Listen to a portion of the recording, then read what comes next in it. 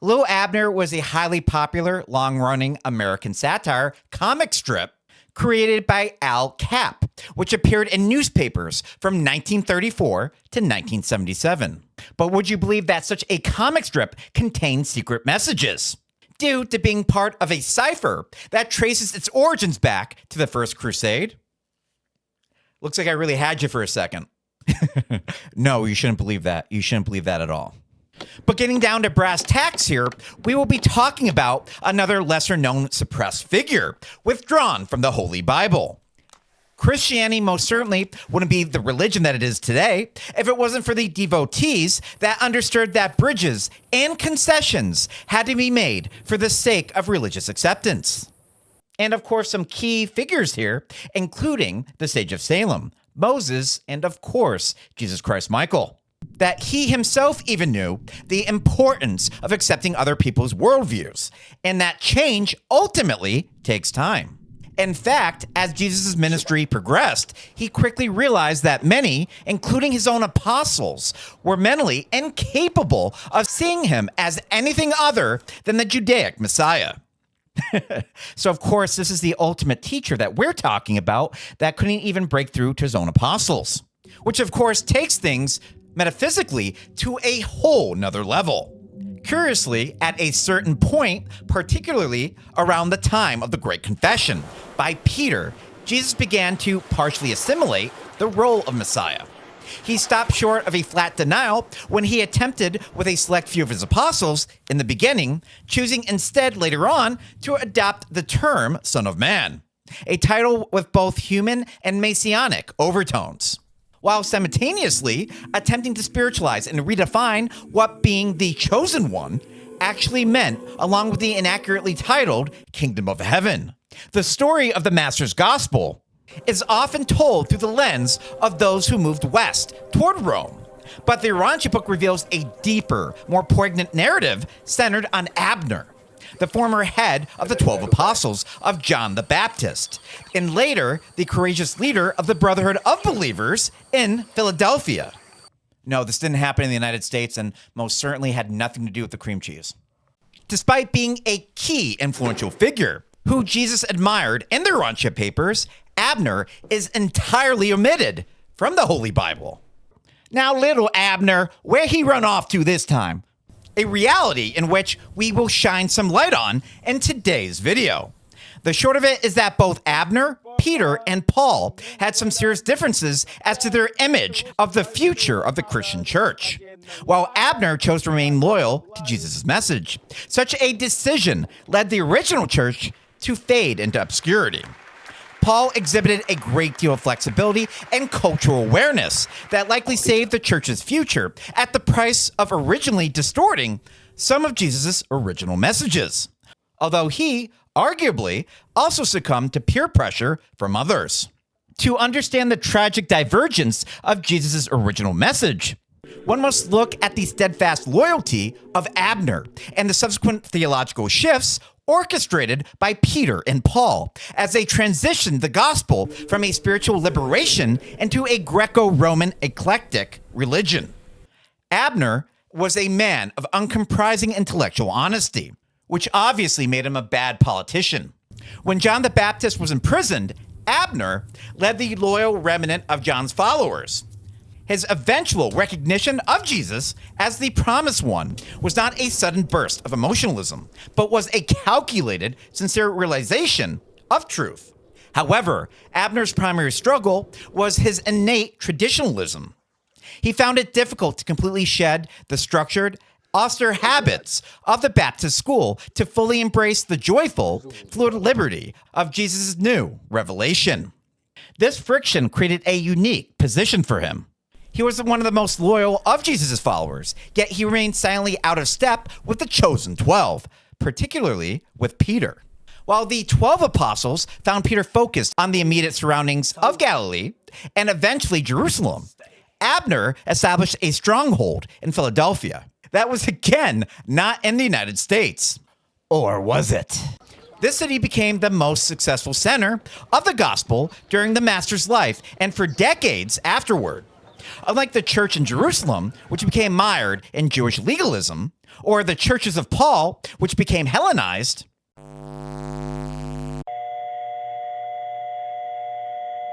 All right, well, let's take a pause here and talk about what Hellenized is. So when you hear Hellenized, think of Christians adapting Greek philosophy, the spiritual and material world found in the Gnostic traditions, and even representations of the Trinity itself. Contrastingly, the Philadelphia community maintained a purity of message that emphasized the fatherhood of God and the brotherhood of man.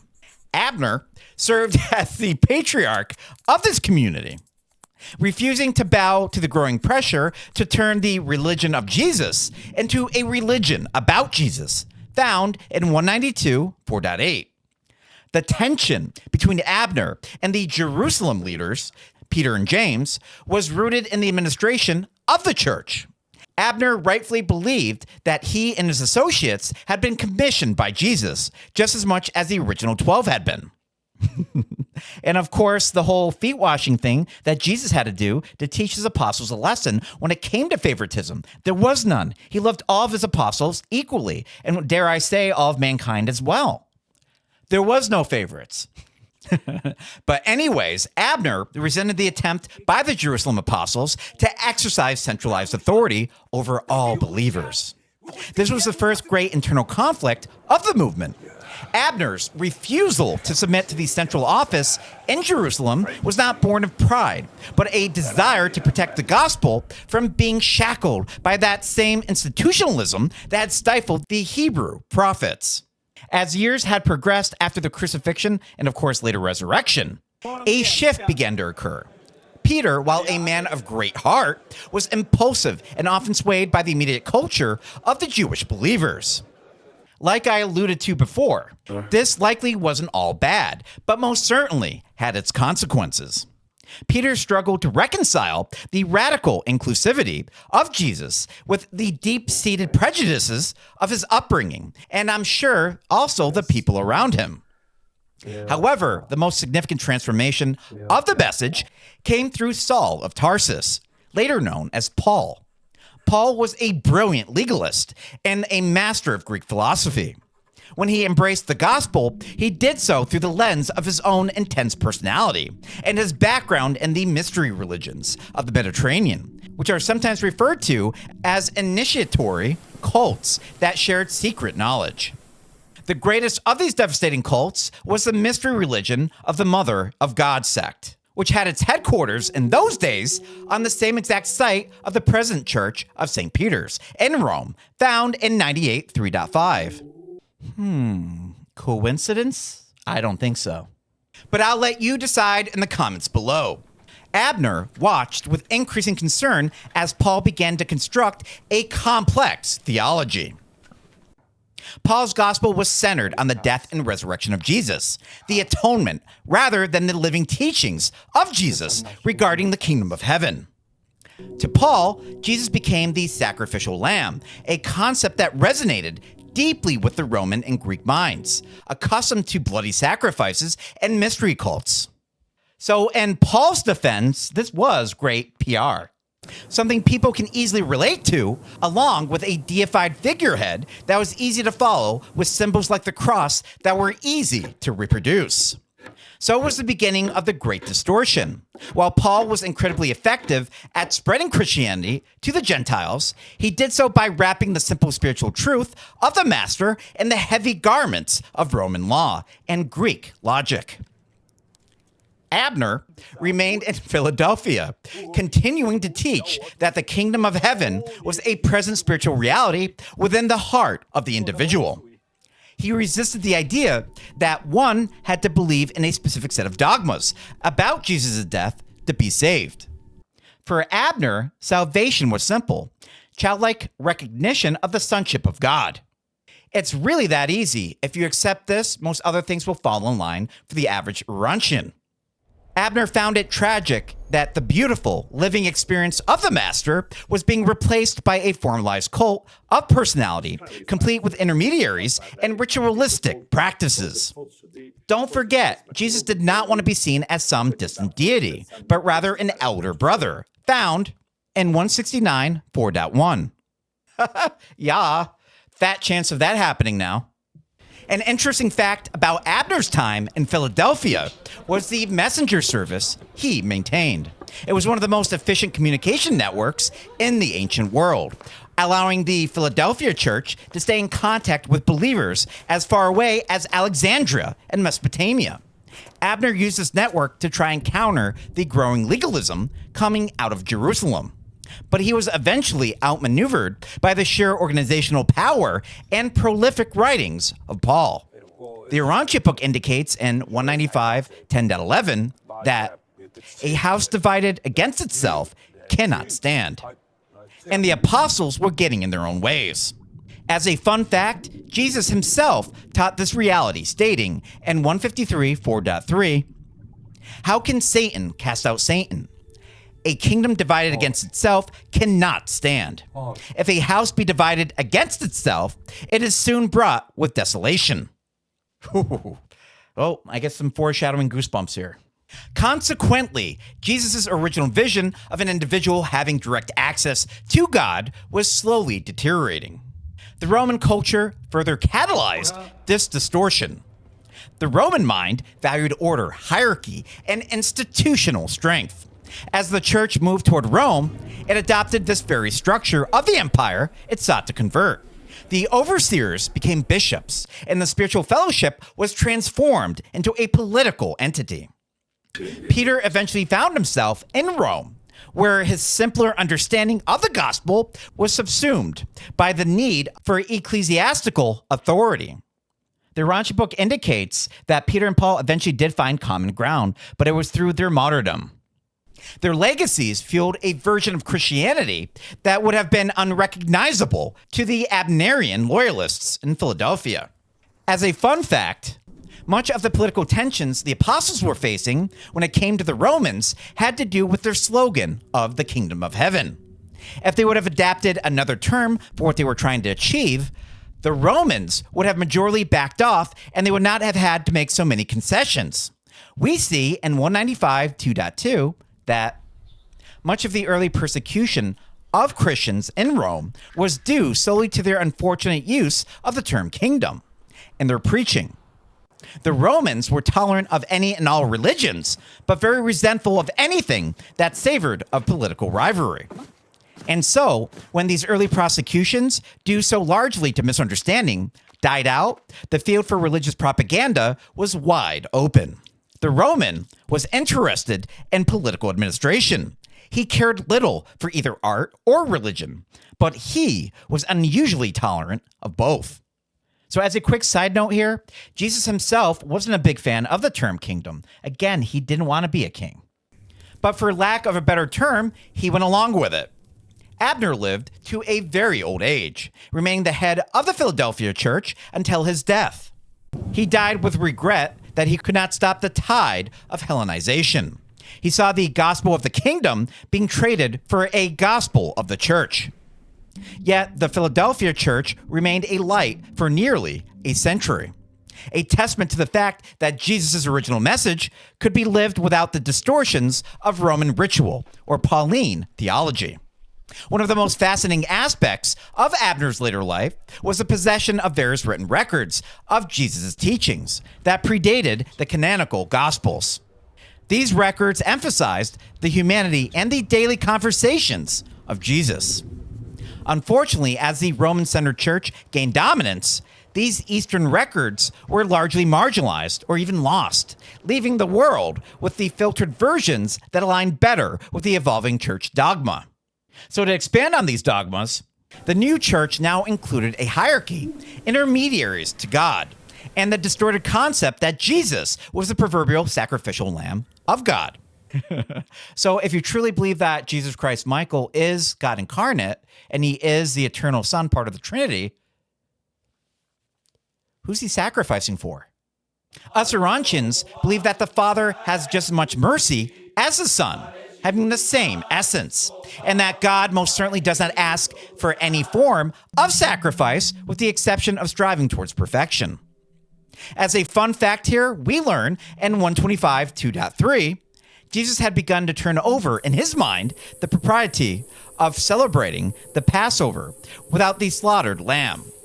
He felt assured in his own mind that the Father in heaven was not pleased with the spectacle of sacrificial offerings. And as the years passed, he became increasingly determined someday to establish the celebration of a bloodless Passover. In the end, Abner represents the road not taken for Christianity. He was the guardian of the Master's original intent, a man who believed that the Spirit of Truth was a sufficient guide and that no earthly institution or complex theology was required to bridge the gap between a child and their Heavenly Father. His story is a reminder that while Paul won the battle for the Roman world, the silent, enduring truth taught in Philadelphia remains the goal toward which all spiritual seekers must eventually return.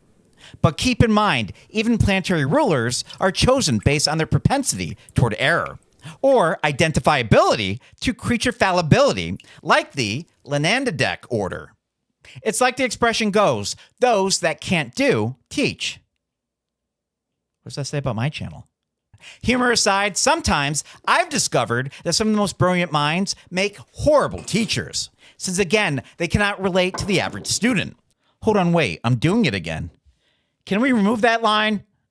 Abner perhaps relates to one of these wonderful individuals that sees and understands perfection, but yet does not understand the audience standing before him. Moses was a great teacher, not because what he knew or his public speaking skills, but his relative flexibility adopting many of the old pagan customs, realizing familial beliefs can take generations to completely change. Abner was a man of extraordinary character, possessed of a giant intellect and an uncompromising loyalty to the truth as he perceived it. Abner had been personally commissioned by Jesus during the mission of the 70 evangelists. He took this commission with a literalness and a solemnity that defined his entire career. While Peter was impulsive and Paul being the visionary, Abner was the bedrock of consistency. He believed that the Master's message was complete as it was delivered, and he viewed any attempt to improve or adapt it for Gentile audiences as a betrayal of the spiritual simplicity of the kingdom. The primary teaching that Abner fought to preserve was the concept of the fatherhood of God and the resulting brotherhood of man. In the Philadelphia church, this was not a theological slogan, but a lived reality. Abner taught that the kingdom of heaven was a purely spiritual experience, the recognition of the indwelling spirit of the Father. He steadfastly refused to incorporate the traditional Jewish sacrificial system or the growing Greek philosophical interpretations into his teaching. While the church in Jerusalem under James became increasingly focused on maintaining Jewish rituals, and the churches of Paul began to focus on the mystery of the resurrected Christ, Abner remained focused on the faith of the living Jesus. As an interesting fact surrounding the Philadelphia church surrounds its social composition. Because Philadelphia was a city of trade and a gateway to the East, the church there was far more cosmopolitan than the one in Jerusalem. Yet it lacked the competitive arrogance found in the Greek churches like Corinth. The distortion of Jesus' message began in earnest with the theological evolution of Peter, which included a patriarchal doctrine and the later radical departures of Paul. Peter, while deeply loving the Master, never was quite able to escape his Jewish upbringing. He struggled with the idea that the gospel was truly for all men without the requirement of becoming a Jew first. In the Urantia records, it is noted that Peter's early preaching in Jerusalem focused heavily on the messiahship of Jesus, a concept rooted in Jewish nationalism. This was the first step toward moving the focus away from Jesus' teachings and towards Jesus as a figure of prophecy. Abner protested this, arguing that Jesus did not come to fulfill the expectations of Israel, but to reveal the nature of the Father to all the worlds. However, it would be Paul that would fundamentally change the trajectory of the movement. Paul was a man of immense power and organizational genius, but he was also a product of Tarsus, found in 98 7.9, a center of Stoic philosophy and mystery religions. When Paul experienced his vision on the road to Damascus, he did not join the living group of believers to learn the Master's daily teachings. Instead, he retreated into the desert to work out his own theology. This theology was centered on the Christ cult. He believed in vicarious atonement, original sin, ritualistic worship, and highlighting Christ's divinity, which all took away from Jesus' original message. Paul took the simple, beautiful life of the Galilean and turned it into a cosmic drama of atonement. Abner's most profound disagreement with Paul concerned the nature of the crucifixion. Paul, influenced by the Roman legal mind and the blood sacrifice traditions of the Mediterranean, developed the doctrine that Jesus died as a ransom for sin, that his death was a necessary sacrifice to appease an offended God. Abner found this teaching abhorrent, as would any true Urantian. Having spent months in the Master's company, Abner knew that Jesus' death was the natural result of his living a perfect life in a world of darkness and unyielding institutionalism. Now, if I could just add something here, I truly believe that when Jesus died on the cross, he did so as a final test associated with submitting to the will of his Father. Again, kind of like a bonus round, right? What better way to understand the human condition than dying this way? Despite, of course, the fact that he was already our universe sovereign. To Abner, the gospel was the news that man was already the Son of God. To Paul, the gospel became the news that man could become a son of God through the blood of Christ. The Church of Philadelphia became a sanctuary for those who resisted the Pauline gospel. Abner kept a set of written records, the earliest versions of the Master's teachings, which emphasized the parables of the kingdom, rather than the epistles of the atonement. These records were the source of much of what we now know as the sayings of Jesus. Abner taught that salvation was a matter of spiritual growth and the progressive alignment of the human will with the divine will. He rejected the Roman concept of justification as a legal transaction. For Abner, God was a loving father and not a cosmic judge who required a legal settlement before he would extend his own mercy. The Urantia Book explains that Peter's keys of the kingdom were never intended to represent a monopoly on spiritual authority, but rather the key of faith that opens the door of the heart. Rome, however, took these keys and used them to lock the doors of ecclesiastical power. Another interesting fact regarding Abner's leadership was his refusal to accept the title of apostle in the same way the 12 did. He called himself a servant of the kingdom, and he encouraged the elders in Philadelphia to lead by consensus rather than by decree. This stood in stark contrast to the growing authoritarianism in the West. Abner also encouraged the active participation of women in his ministry, which was the original vision of Jesus, following the Master's example with the women's core. As Roman influence increased, the role of women was systematically suppressed in the Western churches, but it flourished in Philadelphia for nearly a century after Abner's death. The intellectual honesty of Abner was his greatest strength, but also was the reason for his historical obscurity. He refused to compromise with the spirit of the age. He watched with a heavy heart as Paul's letters became the new scripture, overshadowing the actual words of Jesus. Paul's focus on the resurrected Christ meant that the human life of Jesus, his struggles, his humor, his dealings with the common people, was largely forgotten in favor of a divine icon. Abner tried to counter this by sending his messengers out with the Gospel of the 70, which detailed the Master's social and personal ministry. But the Pauline movement had momentum of the Roman roads and the Greek language behind it simply because it was more culturally identifiable to them rather than Abner's message. The Urantia Book highlights that the Spirit of Truth, which Jesus poured out at the Pentecost, was intended to lead each individual into all truth. Abner relied on the Spirit, Paul, however, felt the need to provide a framework of inspired writings and dogmas to guide the believers. This shift from internal guidance to external authority is the hallmark of the Roman influence. It turned the kingdom of heaven from a present internal reality into a future external reward. Abner stayed in Philadelphia, tending to his flock, and remained in living protest against this shift until his final breath.